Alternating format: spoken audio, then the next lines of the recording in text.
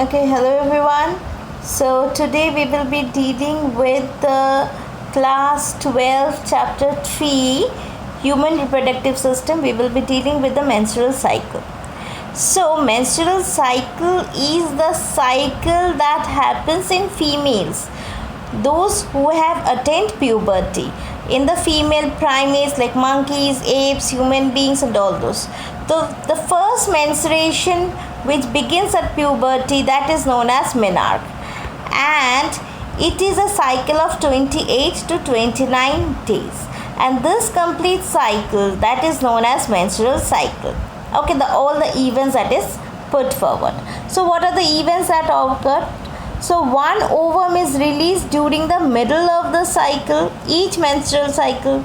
So the major event of the menstrual cycle is seen here. So in the menstrual cycle we have the menses which will go in for 3 to 5 days, and then the menstrual flow results in the breakdown of the endometrial lining of the uterus and its blood vessels, which forms liquid and comes out through the vagina.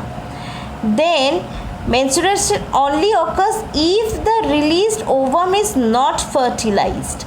So if it is fertilized, if you are not getting a menstruation, then it means there is some pregnancy, or there might be some ovarian disease or some stress, poor health or something like this. Okay, so now what happens after the menstruation is over? So next it is followed by follicular phase. So it is followed by follicular phase or the proliferative phase. Okay, so during this phase what happens? The primary follicles in the ovary grow to become fully mature.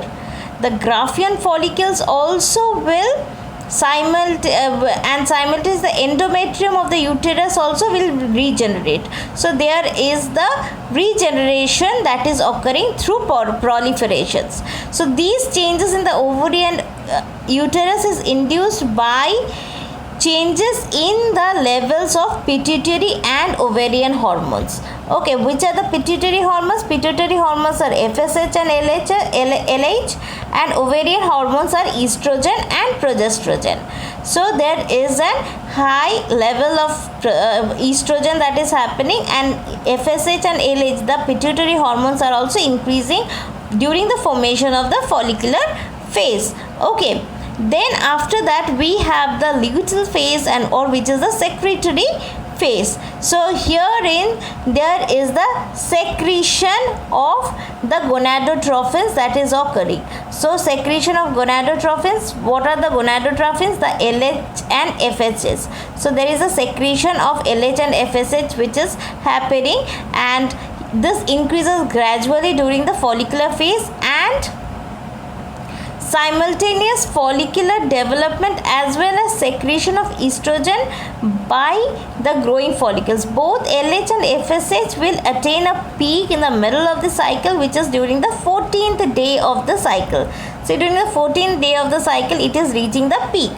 Okay, and here what happens? So this is the time, so thereby there is a release of the ovum that is occurring during this period of time, and this is known as ovulation. So the ovulatory phase is followed by the luteal phase, and during which the remaining parts of the Graafian follicles will transform as the corpus luteum, and the corpus luteum will secrete a large amount of progesterone. So now you see, as there is a formation of corpus luteum, the progesterone level has increased. So there is a formation of corpus luteum, so there is a secretion of progesterone that is taking place, which is essential for the maintenance of endometrium. Such an endometrium is necessary for implantation of fertilized ovum and other events of pregnancy. During pregnancy, all the events of menstrual cycle stop and there is no menstruation. In the absence of fertilization, what happens? The corpus luteum will degenerate, and this will cause disintegration of the endometrium, leading to menstrual cycle. Okay, or menstruation rather.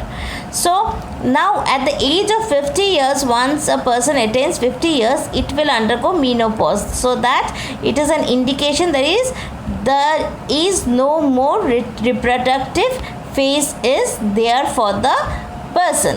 Okay, so that is menstruation. So thank you.